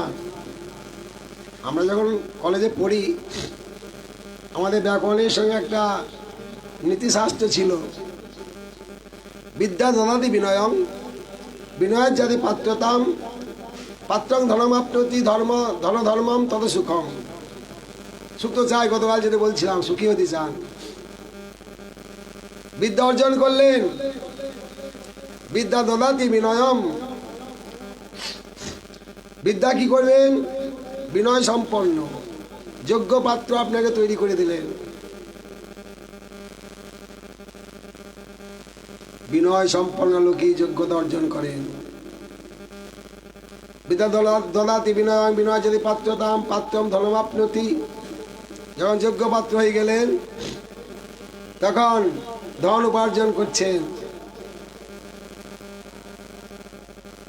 ধন উপার্জন করছেন। ধনের জন্য চিন্তা করতে হয় না। সদ্বিদ্যা যদি কা চিন্তা কা পূরণ উদর পূরণী। যদি ভালো বিদ্যা জানা থাকে, উদর পূরণের জন্য, ঘর বাড়ির জন্য চিন্তা করতে হয় না, পয়সা আপনি আসে। অতএব ধনের ধর্মম, ধনের দ্বারা ধর্ম উপার্জন করুন, তত সুখম, সুখের রাস্তা। ধন উপার্জন করলেন ভগবানের সেবায়, বৈষ্ণবের সেবায়, সৎকর্মে সেই ধন ব্যয় করুন। নিজের গাড়ি বাড়ি করার জন্য না, অসৎ পথে ব্যয় করার জন্য না, মাদলামি করার জন্য অর্থ না। অর্থটা ধর্ম উপার্জনের জন্য, হরিভজনের জন্য অর্থ। যখনই সৎকর্মে অর্থ ব্যয় করলেন, ধর্ম হলো, ধর্মের থেকে সুখ হয়। এমনি সুখ হয় না। গাড়ি বাড়ি থাকলে, টাকা থাকলে, 10-20টা ডাক্তার আপনার পোষা আছে ঘরে, সুখী হতে পারবেন না যদি সৎ কাজে সেই সমস্ত ব্যয় না করেন। এই জন্যই সদ্গুরুর চরণ আশ্রয় করা অবশ্য দরকার। দীক্ষা যদি ভগবান ভজন করার জন্য দীক্ষা না নেন, যে বিবাহ হয়েছে আমার ছেলের, গুরুদেব এসছেন, ওগো শোনো শোনো, গুরুদেব এসছেন বাড়ি, একটু দীক্ষা নিয়ে নাও, বোমার হাতে জল খেতে হবে। গুরুদেব এই যে আমার ছেলের কাল বিয়ে হয়েছে, এতে কানে একটু ফু দিয়ে দেন, হাতে জল খেতে হবে। হ্যাঁ, ওই কানে একটু ফু দিয়ে দিলেন, মাসের বিচার নাই, সময়ের বিচার নাই, স্নান করতে হলো না, পা ধুতেও হলো না, বসলেন আর কানে ফু দিয়ে দিলেন, দীক্ষা হয়ে গেল। হ্যাঁ, এখন অধিকার হয়ে গেল, ওটাতে জল খাওয়া যাবে। বাজার থেকে মাংস কিনে নিয়ে মানে হাতে রক্ততে ভর্তি হয়ে গেল, মাংস আমান্য করতে করতে, মাছ আমান্য করতে করতে, হ্যাঁ ওটাতে জল শুদ্ধ হবে। মাছ মাংস খাচ্ছে, ওটাতে জল শুদ্ধ হয়ে গেছে, দীক্ষা হয়ে গেছে তো, দীক্ষা হয়ে গেছে তো, হ্যাঁ ওটাতে জল খাওয়া যাবে। এরকম সব জগতের ব্যাপার চলছে আর কি। ভগবত সুখানো সন্ধান ময়ীর বিচম, ভগবানকে সুখ দেওয়ার জন্য যে বাসনা, ভগবত জগতে সেই সেবানন্দ লাভের যে বাসনা, এই বাসনার নামই হলো ভক্তিলতা বীজ। সেটা হয়েছে কিনা আপনার?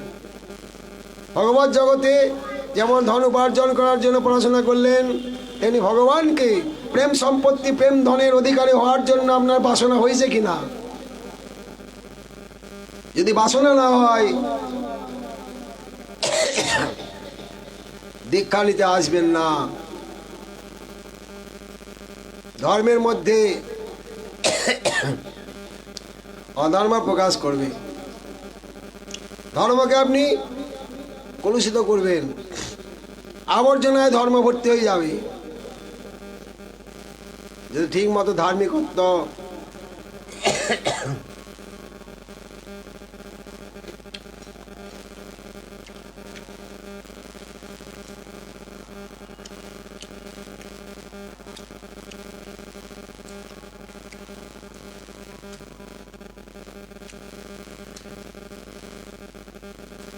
আপনাদেরকে একটা আশীর্বাদ করতে বলেছিলাম, হাতে জল নেব প্রথম দিন মন্দিরে বসেই, যে আপনারা আশীর্বাদ করবেন যেন আমার গলাটা ঠিক থাকে।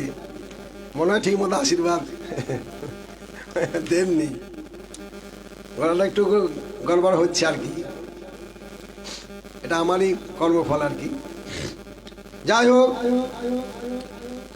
তাহলে যে ভজন করার ইচ্ছা, আগেই বলেছিলাম শ্রদ্ধাবান জন হয় ভক্তে অধিকারী। এমনি না, দীক্ষা নিয়ে লাভ হবে না, দীক্ষা নিলেও আপনার লাভ হবে না, অকল্যাণ হবে, সময় সাপেক্ষ। অতএব যতদিন পর্যন্ত আপনার হৃদয়ে শ্রদ্ধার উদয় না হচ্ছে, শাস্ত্র বাক্যে বিশ্বাস না হচ্ছে, ততদিন পর্যন্ত আপনি তাবৎ কর্মাণি করবি তো ন নির্বিদ্যত যাবতা মত কথা শ্রবণাদৌ বা যাব শ্রদ্ধা না যায়তে। যতদিন পর্যন্ত শ্রদ্ধার উদয় না হচ্ছে, ততদিন পর্যন্ত যেখানে আছেন ওখানেই থাকুন, লাফালাফি করবেন না বেশি। গুরুদেবও মরবেন, আপনিও মরবেন। অশ্রদ্ধালু ব্যক্তিকে হরিনাম উপদেশ করা একটা নাম অপরাধ, যার শ্রদ্ধা হয়নি এখনো। শ্রদ্ধাবান জন হয় ভক্ত অধিকারী। অশ্রদ্ধালু ব্যক্তি হরিনাম উপদেশ করলেন, দীক্ষা তো দূরের কথা, গুরু মরবেন, শিষ্য মরবেন, শ্রদ্ধা হয়নি। অতএব যেখানে আছেন ওখানেই থাকুন। ক্রমে ক্রমে জিহ্বায় ভবসিন্ধুকুল, অধিকারী না হইয়া ধর্ম আচরিতে যায়, হাসিতে খেলিতে সেও নরকেতে যায়। ভক্তি মার্গের আপনি অধিকারী হয়েছেন কিনা? তারপরে গুরুদেব পরীক্ষা করবেন, তারপর দীক্ষা দেবেন। অপরীক্ষা উপদিষ্টং যদ্লোকনে আসে তদ্ভবিত। পরীক্ষা না করে যদি দীক্ষা দেন, পতনই হবে, নাশই হবে, কল্যাণই হবে না, কল্যাণ হবে না।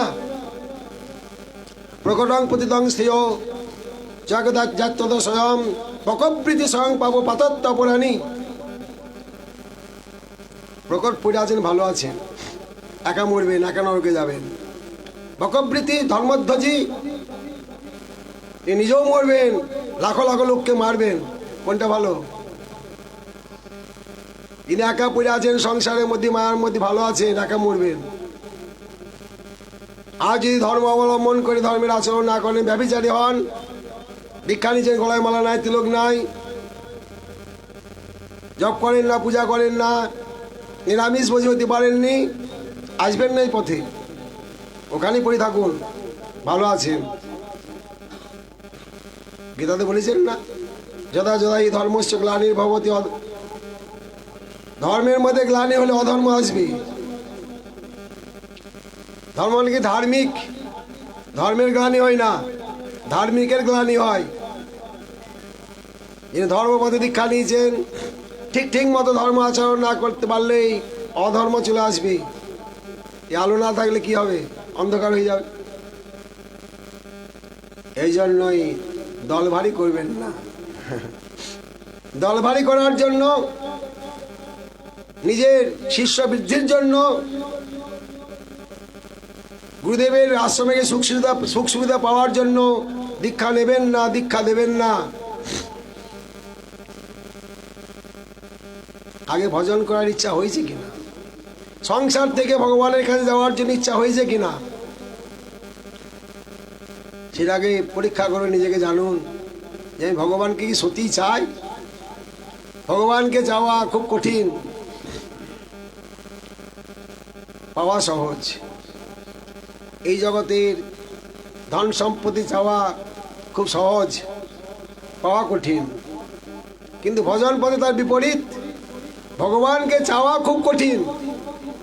যদি চাইতে পারেন এখনই পেয়ে যাবেন। শরণাপত্যৈব সর্বং সিদ্ধতি। দীক্ষাকালে ভক্ত করে আত্মসমর্পণ, দীক্ষা আত্মসমর্পণ, সঙ্গে সঙ্গে সেই কালে কৃষ্ণদারে করে আত্মসম। সেই দেহ হয় তার চিদানন্দময়, অপ্রাকৃত দেশে কৃষ্ণের সেবয়। অতএব দীক্ষা এরকম জিনিস। দীক্ষাটা একদম মানে ছেলে খেলা মনে করবেন না। ধর্মের মধ্যে গ্লানি নিয়ে আসবেন না। ধর্ম করার মতো যোগ্যতা অর্জন করুন, তারপর স্কুলে ভর্তি হন, গুরুর কাছে যান, দীক্ষা নেন। তার আগে না।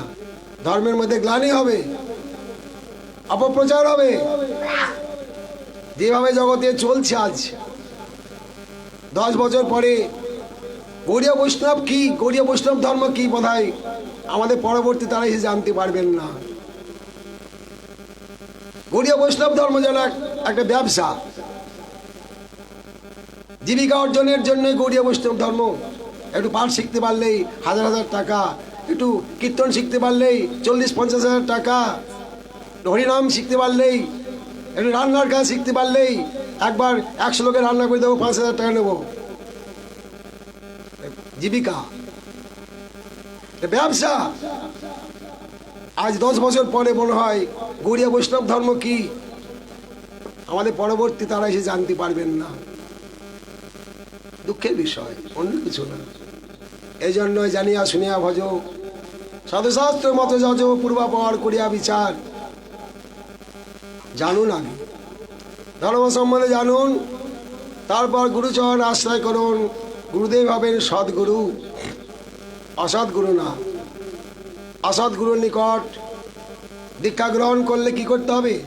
অবৈষ্ণব প্রতিষ্ঠিত মন্ত্র নিরং ব্রজেত, পুনশ্চ সম্যক বিধি না কারণ বৈষ্ণবাদ গুরু। অবৈষ্ণবের নিকট দীক্ষা গ্রহণ করলে আপনি নরকে চলে যাবেন। যদি জানতে পারেন কোনো মহাত্মার কাছে যে আমার দীক্ষা হওয়ার প্রয়োজন, পুনশ্চ পুনরায় সদ্গুরুর নিকট শাস্ত্র অনুসারে গুরুদেবকে আগে নির্বাচন করুন। আমি আচার্য সেজে বসে থাকলাম, ইনি এই মন্দিরের আচার্য, এনার কাছে দীক্ষা নিতে হবে। আশ্রমে যে আরো 10 জন সাধু আছেন, ওদের কাছে দীক্ষা নেওয়া যাবে না। বলুন তো কি আশ্চর্যের কথা! আচার্য আমি সেজে বসে আছি, আমার কাছে দীক্ষা নিতে হবে, মন্দির আর কারো কাছে দীক্ষা নেওয়া যাবে না। আরে শিষ্য আচার্যকে নির্বাচন করবেন, আমি কার কাছে দীক্ষা নেব? আর আপনি আচার্য সেজে বসে থাকলেন, আপনার কাছে দীক্ষা নিতে হবে? বড় অন্যায় কথা তো। জয় নিতাই, কিছু মনে করবেন না, দুঃখ। আমাদের যে অখিল ভারতীয় গৌড়ীয় বৈষ্ণব সমিতি এই অন্যায় কার্যের বাধা দেওয়ার জন্য, প্রচার করার জন্যই, সঠিক শাস্ত্রীয় সিদ্ধান্ত জানানোর জন্যই এই অখিল ভারতীয় গৌড়ীয় বৈষ্ণব সমিতির জন্ম। সঠিক শাস্ত্রীয় সিদ্ধান্ত জগতের দরজায় দরজায় পৌঁছে দেওয়ার জন্যই এই অখিল ভারতীয় গৌড়ীয় বৈষ্ণব সমিতির জন্ম। দুর্ভাগ্যের বিষয়, এইদিকে কেউ আগে আসছে না। নিঃস্বার্থে ধর্ম প্রচার করবেন, বিনা পয়সায় একটু হরিকথা বলবেন, বিনা পয়সায় একটু ভক্ত সেবা করবেন, বৈষ্ণব সেবা করবেন, সেই লোকের বড় অভাব জগতে, খুব অভাব, পাওয়া যাচ্ছে না। অতএব দীক্ষা নিলেন, দীক্ষা নেওয়ার পর গুরুপদাশ্রয় দীক্ষা, গুরুর সেবন, গুরুদেবের সেবা করতে হবে। নিঃসম্বে ন গুরু সেবা, নিঃসংকোচে গুরু সেবা। অনেকেই বলেন বাবাজি মশাই গুরুদেবের কাছে থাকলে অপরাধ হয়, এই জন্য আমরা অনেক দূর থেকে ভজন করি, গুরুদেবের কাছে থাকি না। বংশীদাসেদের কহে ভজিলেও ভজন নয়, গুরু কৃপা ভজনের মূল। গুরু কৃপাই হলো ভজনের মূল। গুরুদেবকে প্রসন্ন রাখতে হবে। জীবক শ্রীপাদ ভক্তি সন্দর্ভে বললেন, সর্বং পরিত্যাজ্য গুরুং তুষ্টয়েৎ। সমস্ত ত্যাগ করে ভজন পরে করবেন। আচার্যকে প্রসন্ন রাখুন। দীক্ষা নেওয়ার আগে পরীক্ষা, সদ্গুরু নির্বাচন করলেন, সদ্গুরু চরণ আশ্রয় করলেন, আর বিচার নাই। অতএব গুরু সেবা করুন, গুরু শুশ্রূষা করুন, গুরুদেবকে প্রসন্ন করুন। আমাদের ভক্তি সন্দর্ভে এই হরিভক্তি বিলাসে বললেন, আচার্যস্য প্রিয়ং কুর্যাৎ প্রাণৈরপি ধনৈরপি কর্মণা মনসা বাচা স্বগতি পরমাপ্নুয়াৎ। আচার্যদেবকে, গুরুদেবকে প্রসন্ন করুন, কর্মের দ্বারা, ধনের দ্বারা, মনের দ্বারা, বাক্যের দ্বারা, ব্যবহারের দ্বারা, সর্বপ্রকারে আগে গুরুদেবকে প্রসন্ন করুন। যস্য প্রসাদাৎ ভগবৎ প্রসাদ। যার কৃপা হলে ভগবানের কৃপা শক্তি নেমে আসবে। গুরু কৃপা ভজনের মূল। গুরুদেবকে প্রসন্ন রাখুন, গুরু সেবা করুন। জীবক শ্রীপাদ ভক্তি সন্দর্ভের সমস্ত সাধনার কথা বর্ণন করে সেই সমস্ত সাধনার সাধ্য বস্তু পাওয়ার জন্য যা করার দরকার সমস্ত বললেন। শেষে একটা কথা বললেন, এতৎ সর্বম গুরু ভক্তা অনায়াসেন লভেৎ। আমি যত বর্ণন করলাম, জানি জানি ভক্তাঙ্গানি প্রাকৃতিতানি তানি সর্বাণী গুরু ভক্তা অনায়াসেন লভেৎ। যত ভক্তির কথা বর্ণন করলাম, ভক্তির অঙ্গের কথা বর্ণন করলাম, দুঃসাধ্য, সহজে ওই সমস্ত সিদ্ধি লাভ করা যায় না। যদি কেউ গুরু সেবা করে, যদি কেউ গুরু ভক্তি করেন, অনায়াসেন লভেৎ, একদম করতলগত। সত্য জ্ঞানে গুরু বাক্যে যাহার হয় বিশ্বাস, অবশ্য তাহার হয় ব্রজভূমি বাস। গুরু বাক্যে বিশ্বাস, যেমন বিশ্রাম্যের গুরু সেবা, তেমনি নির্বিচারে গুরু বাক্য পালন। ওখানে বিচারের অপেক্ষা থাকবে না। রামদাস কাঠিয়া বাবা নাম শুনেছেন? রামদাস কাঠিয়া বাবা, যিনি কাঠের কবিন পড়তেন, উনি প্রথম কাঠিয়া। লেখাপড়া শেখেননি, বাল্যকাল স্কুলে ভর্তি করা হয়েছে। মা পুত্রকে সাজিয়ে স্কুলে পাঠিয়ে দেন বই দিয়ে। স্কুলে যান আর যথাসময় আবার ফিরে আসেন। কোথায় যান কি করেন ওরা খবর রাখে না কেউ। 1 বছর হয়ে গেল, পরীক্ষা হয়ে গেল, সমস্ত পাড়ার ছেলেরা নাচতে নাচতে বাড়ি আসছে। আমি ফার্স্ট ডিভিশন হয়েছি, আমি সেকেন্ড ডিভিশন, এই পরীক্ষায় উত্তীর্ণ হয়েছি। ওই রামদাসও এসছেন বাড়ি। মা জিজ্ঞাসা করছেন, কিরে পরীক্ষায় পাস তো নাকি? কথা বলে না। কত নম্বর পেয়েছিস? কথা বলে না। ছেলেকে নিয়ে গেলেন স্কুলে, হেডমাস্টারের কাছে নিয়ে গেলেন। বলে, মাস্টার মশাই, আমার ছেলে পাস করেছে তো, ও তো কিছু বলতে পারছে না, পাস না ফেল। আপনার ছেলেকে এই যে সঙ্গে নিয়ে এসছি বাবা, ইনি আমার ছেলে। বলি, তাই? একদিনও স্কুলই আসে নাই, স্কুলই আসে নাই, পরীক্ষাও দেয়নি, পাস কি করে করবে? মায়ের চোখ তো লাল হয়ে গেল, রেগে একদম মানে কাঁপছেন ক্রোধে। বাড়ি নিয়ে গেলে একদম মানে পায়ের থেকে মাথা পর্যন্ত খুব মারলেন ছেলেকে। রামদাস কিছুই বলে না, চুপচাপ। রাত্রে শুয়ে শুয়ে চিন্তা করছেন, এতদিন জানতাম মা আমাকে ভালোবাসে, এখন দেখলাম মা আমাকে ভালোবাসে না। স্কুল পাঠিয়ে দিয়েছেন, আমি যে বনের মধ্যে গিয়ে হরিনাম করি, মা তো জিজ্ঞাসা করবেন, বাবা তুমি স্কুল পাঠিয়ে দিই, স্কুলে গিয়ে কী করো, কোথায় থাকো, কী করো? একদিনও জিজ্ঞাসা করলো না তো আমার। আমি লেখাপড়া শিখি না সত্য, স্কুল যাইনি সত্য, কোথায় যেতাম, কি করতাম, মা তো জিজ্ঞাসা করলেন, আমাকে খুব মেলেন না। এই সংসারে আর থাকা যাবে না, সব স্বার্থপর, আমার কল্যাণ কিসে হবে এরা খোঁজ রাখে না। গভীর রাত্রে রামদাস 5 বৎসরের বালক চলে গেলেন গভীর জঙ্গলে। খোঁজ করতে করতে সিদ্ধ মহাত্মার চরণে আশ্রয় গ্রহণ করলেন, দীক্ষা নিলেন, ভজন করছেন। ভজন করতে করতে একটু বড় হয়েছেন রামদাস। কাঠের কবিন দিয়েছিলেন গুরুদেব, কাঠিয়া বাবা হয়ে গেলেন। হিমালয় পাহাড়ের দিকে নিয়ে গেলেন। হিমালয়ের পাহাড়ে উঠছেন, খুব কষ্টে উঠলেন। বহুদূর উঠার পরে রামদাস, নাকি গুরুদেব কি আদেশ করুন না, তুমি নিচের দিকে তাকাও। হ্যাঁ তাকিয়েছি প্রভু। কি দেখছো? না অনেক নিচে, মনে হচ্ছে যেন একটা সাদা সুতা পড়ে আছে, আঁকা বাঁকা সাদা সুতার মতো। রামদাস, ওটা সুতা নয়, ওটা গঙ্গা, ওটা গঙ্গা, ওই গঙ্গায় তুমি এখনই ঝাঁপ দাও। গুরুদেবের বাক্য এখনো সম্পূর্ণ শেষ হয়নি। রামদাস সঙ্গে সঙ্গে নির্বিচারে সেখান থেকে ঝাঁপ দিলেন। আমার মতো শিষ্য হলে গুরুদেবকে 10 কথা শুনিয়ে দিতাম, যে আপনার মাথা কি খারাপ হয়েছে গুরুদেব? এখান থেকে ঝাঁপ দিলে আমি বাঁচবো তো? আমার দেহটা ঠিক থাকবে তো? হাত পা ভেঙে যাবে না তো?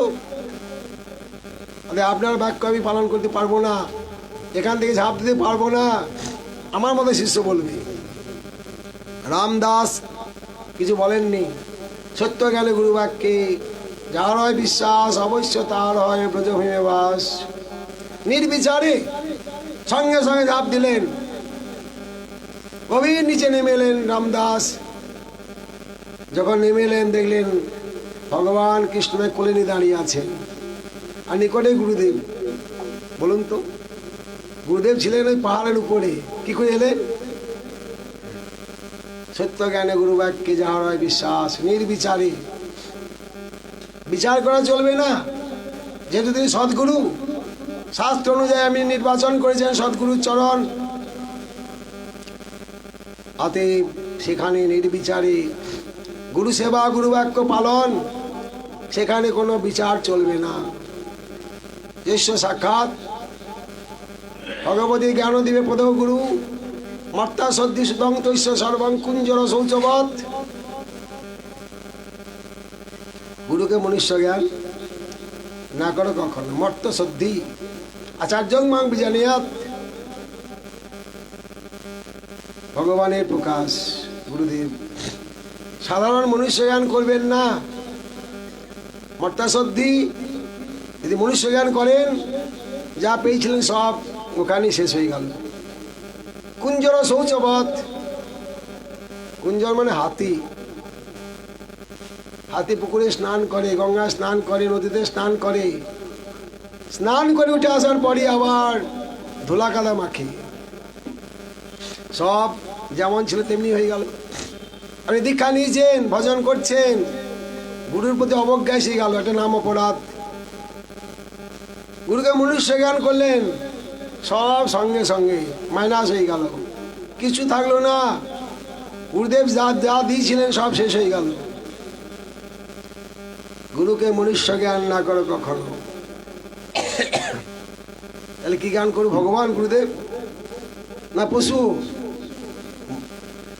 মনুষ্য নয় বলছেন, তাহলে গুরুদেব কি ভগবান না পশু?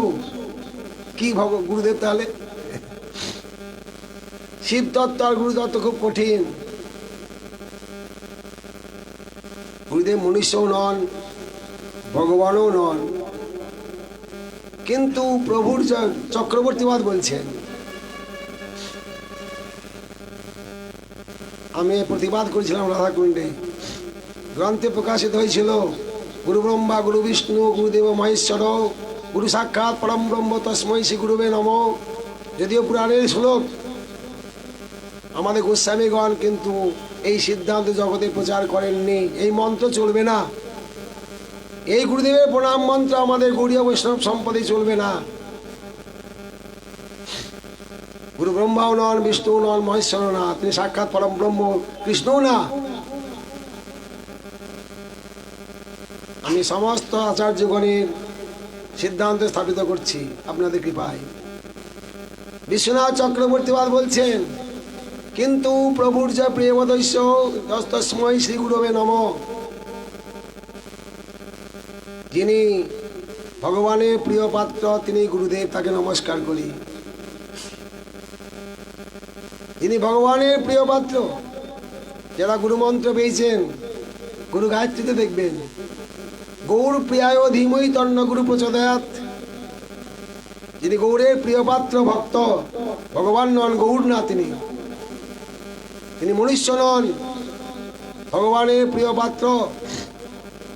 রঘুনাথ দাস গোস্বামীপাদ বলছেন, গুরুবরং মুকুন্দ স্পৃষ্টত্বে স্মরমন। গুরুদেবকে মুকুন্দের পৃষ্ঠ জ্ঞানে স্মরণ করো। পৃষ্ঠ মানে প্রিয় পাত্র, প্রিয় ভক্ত, প্রিয় বৈষ্ণব। জীব গোস্বামীপাদ ভক্তি সন্দর্ভে বলছেন, শুদ্ধ ভক্ত থেকে শ্রী গুরু শ্রী শিবস্য চ ভগবত সহিত অভেদ তৎপ্রিয়তমত্বেনৈব মন্যন্তি। ভগবানের সহিত অভেদ জ্ঞান শিব আর গুরুকে কেন করেন? তৎপ্রিয়তমত্বেনৈব মন্যন্তি। ভগবানের প্রিয়তম পাত্র এরা, বৈষ্ণবানাং যথাশম্ভু। শিব এবং গুরুদেব ভগবানের প্রিয় পাত্র। এই জন্যই মহিমায় গুরু কৃষ্ণ এক করে জানো, সিদ্ধান্তে না। সিদ্ধান্তে ভগবান প্রভু, গুরুদেব বলেন তার দাস।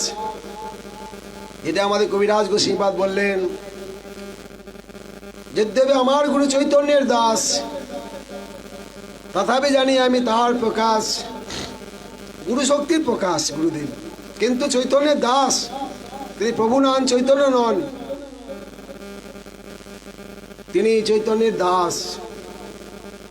এইভাবে আমাদের গোস্বামীগণ গৌড়ীয় বৈষ্ণব সম্প্রদায়ের গুরুতত্ত্বটি এবং শিবতত্ত্বটি নির্ধারিত করেছেন, এতে কোনো সন্দেহ নাই। অতএব গুরু সেবা, গুরুদেবের সাক্ষাৎ ভগবানের প্রিয় ভক্ত জ্ঞান, ভগবানের একান্ত সেবক জ্যেষ্ঠদেবে পরাভক্তি, যথাদেবে তথা গুরু, তৈসইতে কথিত ধর্তা প্রকাশান্তে মহাত্মন।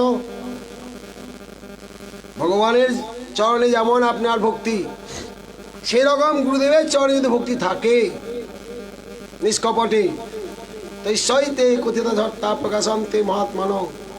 তিনি ভাগবত তত্ত্ব অনুভব করতে পারবেন, তিনি ভাগবতের অর্থ ব্যাখ্যা করতে পারবেন। নতুবা ভাগবতে প্রবেশ করতে পারবেন না, ভাগবতের অর্থ নির্ধারিত করতে পারবেন না। যদি গুরুদেবের চরণে একান্ত ভক্তি না থাকে, ভগবানের চরণে একান্ত ভক্তি না থাকে, আপনি কোনোদিনই শাস্ত্র সিদ্ধান্ত নির্ধারণ করতে পারবেন না। এখন আমরা আসছি দীক্ষা নেওয়ার পরে গুরু সেবা, সদ্ধর্ম শিক্ষা পৃচ্ছা, সাধু মার্গ অনুগমন।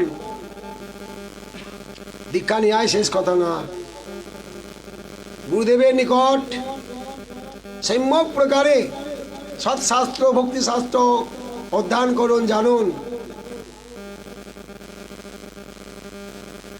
সদ্গুরু সখাসাত, সৎশাস্ত্রাদুধিতবান সদ্গুরুর নিকট সৎশাস্ত্র অধ্যয়ন করুন। আর ভগবানের সেবা ভজনটা হাতে কলমে শিক্ষা করুন,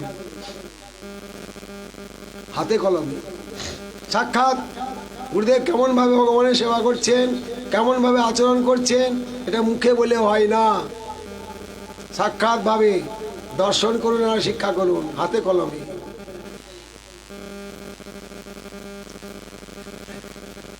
অতএব জিজ্ঞাসা, সদ্ধর্ম শিক্ষা পৃচ্ছা। গুরুদেবকে কি জিজ্ঞাসা করবেন?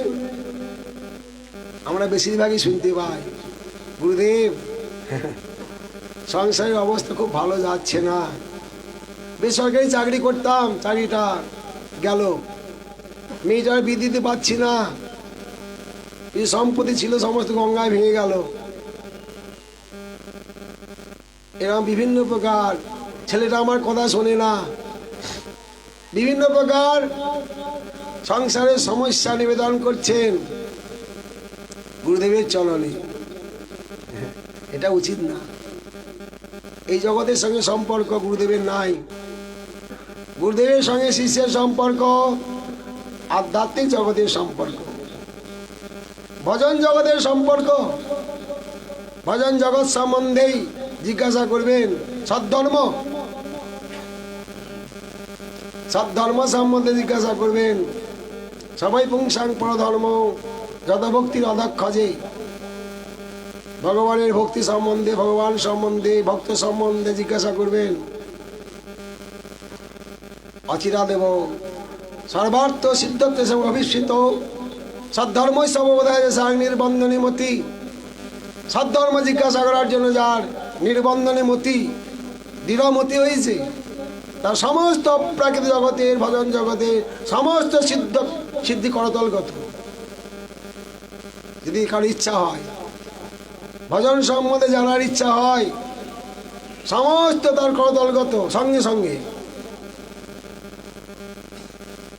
অতএব শ্রুত অনুপরিত ধাতু আদৃত বা অনুমোদিত সদ্য পুনাদি সদ্ধর্ম দেব বিশ্বদ্রোহী, দেবদ্রোহী বিশ্বদ্রোহী হল সদ্ধর্ম সম্বন্ধে শ্রবণ কীর্তন স্মরণ ধ্যান জানার ইচ্ছা যদি কারো হয়, সঙ্গে সঙ্গে পবিত্র হয়ে যাবেন, এত ক্ষমতা। কিন্তু জানার পদ্ধতিটা গুরুদেবকে কিভাবে জিজ্ঞাসা করবে ভজন সম্বন্ধে? গীতা বললেন তদ্বিদ্ধি প্রণিপাতেন পরিপ্রশ্নেন সেবয়া। তিনটি লক্ষণ, প্রণিপাতেন সেবয়ার পরিপ্রশ্নেন। তদ্বিদ্ধি সেই ভক্তি সম্বন্ধে, ভজন সম্বন্ধে বিদ্যাত জ্ঞানী জ্ঞান লাভের জন্য আচার্যের চরণে জিজ্ঞাসা করুন। প্রথম প্রণিপাতেন, গুরুদেবের চরণে আত্মসমর্পণ করে দিয়েছেন। যেতে গতকাল বলছিলাম, কে আমি কেন মরে জানি তাপত্রয়, ইহা নাহি জানে আমি কইছি তো হয়, সাধ্য সাধন তত্ত্ব পুছিতে না জানি, কৃপা করি সব তত্ত্ব কহ তো আপনি। এখন গুরুদেব আপনি যেটা বলছেন ওটা ভুল, আমি যেটা বলছি এটা ঠিক। হ্যাঁ, শিষ্য গুরুদেবকে শিখা